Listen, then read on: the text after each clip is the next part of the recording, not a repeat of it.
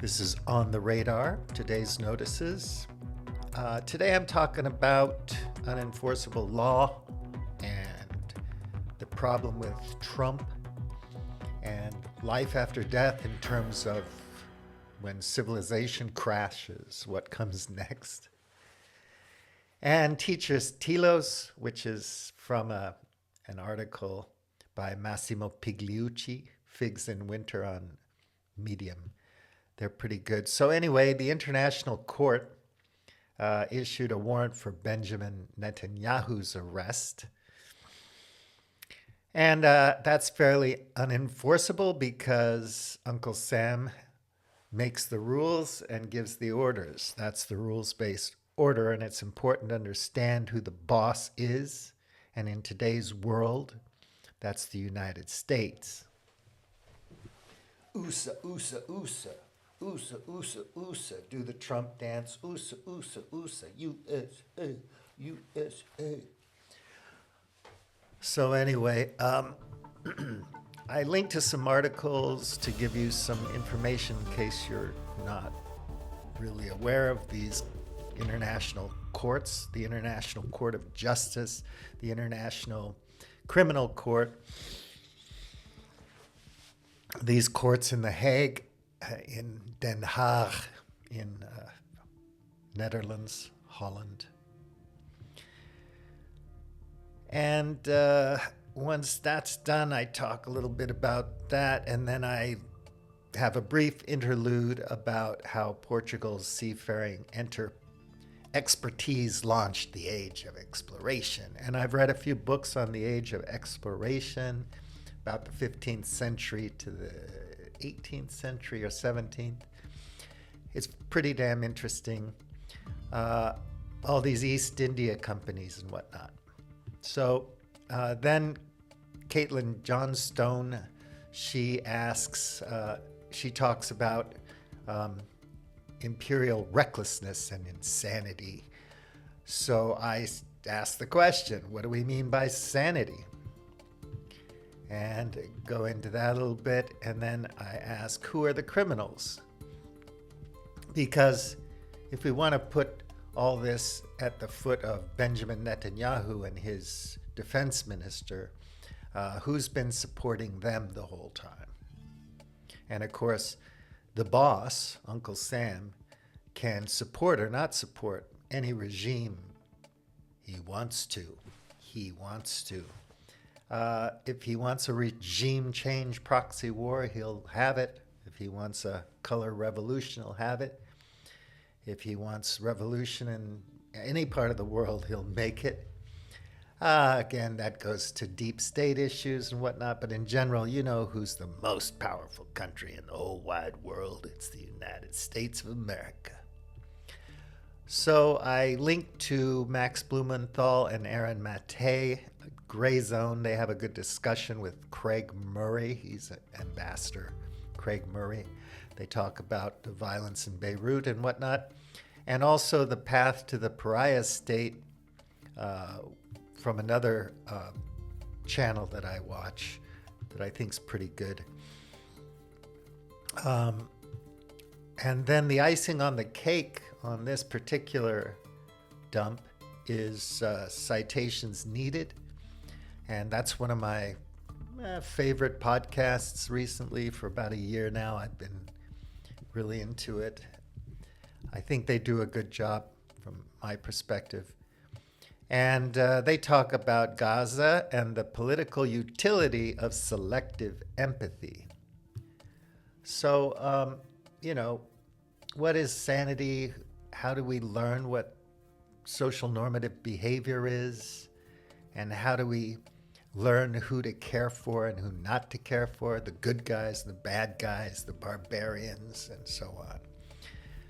So I talk about that. And then the trouble with Trump, I linked to Mike Meyer. He says why Trump is irrelevant. And that's a pretty interesting article as well. And what he's writing, I've written over and over again for more than a decade. And most of it I concur with. So I like that. I put a link to that in. And he also links to several references that I always appreciated when bloggers or people on Medium or Substack or YouTube list their references, their links to references that they're talking about. So this one is the one I really think is interesting, is the crisis report number 52. We are going to have a fast collapse. So that's interesting because you wonder sometimes, a lot of the data and information that we've been hearing about from climate scientists and so on is a little bit off. Things are getting hotter faster, and the consequences of global heating is unpredictable, but still greater than we thought. So things are cascading, feedback loops, tipping points, all that kind of thing, probably faster than we thought. And still, there are lots of deniers out there. Massimo Pigliucci talks about climate denialism as opposed to skepticism. And he talks about whether or not he can discuss that in a class about pseudoscience, that he teaches on pseudoscience, without being an activist, a teacher activist in the classroom. So that's an interesting article that he put up today.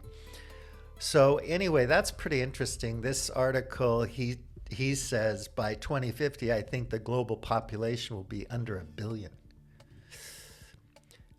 So you think about from today until 2050, one generation, less than that, you're going to see this massive population decrease year after year after year, because it just doesn't happen like you turn on a switch or turn off a switch and suddenly it's under 1 billion. You're just going to see people dying off every year, year after year. I hope that's not true, but are there things we're doing that could facilitate such a die-off of our population, human population? Yeah, I think that arguably for sure. So Figs and Winter, he talks about, should academics be political activists? And that's very, very interesting. So navigating the perilous waters of public intellectualism. And he has one quote that I'll quote here. You can read it on the blog post. But he says, he quotes Noam Chomsky. And I love this quote. He likes it too, of course, or he wouldn't have quoted it, and I'm quoting the quoter. With respect to the responsibility of intellectuals, there are still other equally disturbing questions. Intellectuals are in a position to expose the lies of government, to analyze actions according to their causes and motives and often hidden intentions. In the Western world, at least, they have the power that comes from political liberty, from access to information and freedom of expression. For a privileged minority, Western democracy provides the leisure, the facilities, and the training to seek the truth lying hidden behind the veil of distortion and misrepresentation, ideology, and class interest, through which the events of current history are presented to us. The responsibilities of intellectuals, then, are much deeper than what MacDonald calls the responsibility of people, given the unique privileges that intellectuals enjoy. Noam Chomsky. So, yeah, some people, it takes all kinds of people to make the world go around, and some people are intellectuals and teachers and academics and scientists, and some people are roughnecks. So I'm going to do a little review later of this TV show called Landman. It's pretty interesting.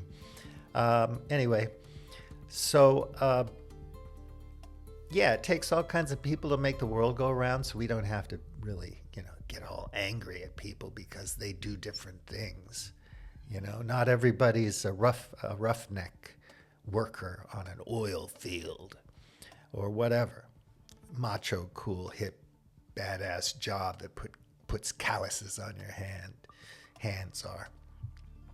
So anyway, that's what I put there today. And at the conclusion, I say there will be meaning. I say, as long as there are so many well-entertained, well-fed, and well-paid people in the West, we can look forward to business as usual. Whether you see that as good or a bad thing depends on your situation and circumstances and perspectives. There will be meaningful boycotts and divestments once it becomes absolutely evident to most people in the West that the great game is an ongoing disaster. Will that be when our population is under 1 billion? We're going to find out. Yeah, so unfortunately, one way or another, my friends, we find out what we find out, right? Fuck around and find out. Or sit around and find out. Life goes on. We're living in very special circumstances right now. And these circumstances have externalities, or they cause certain things to happen. and we react to what happens. Or we can, plan on preparing for what happens, what we think is probably will happen. Or we could try to make things different, try to do things in a different way so something else happens. In other words, work for desired outcomes. But what are those desired outcomes for you, for me? What's the sane and rational approach? So anyway, have a nice day, and I'll talk to you again soon. Buliam T, out.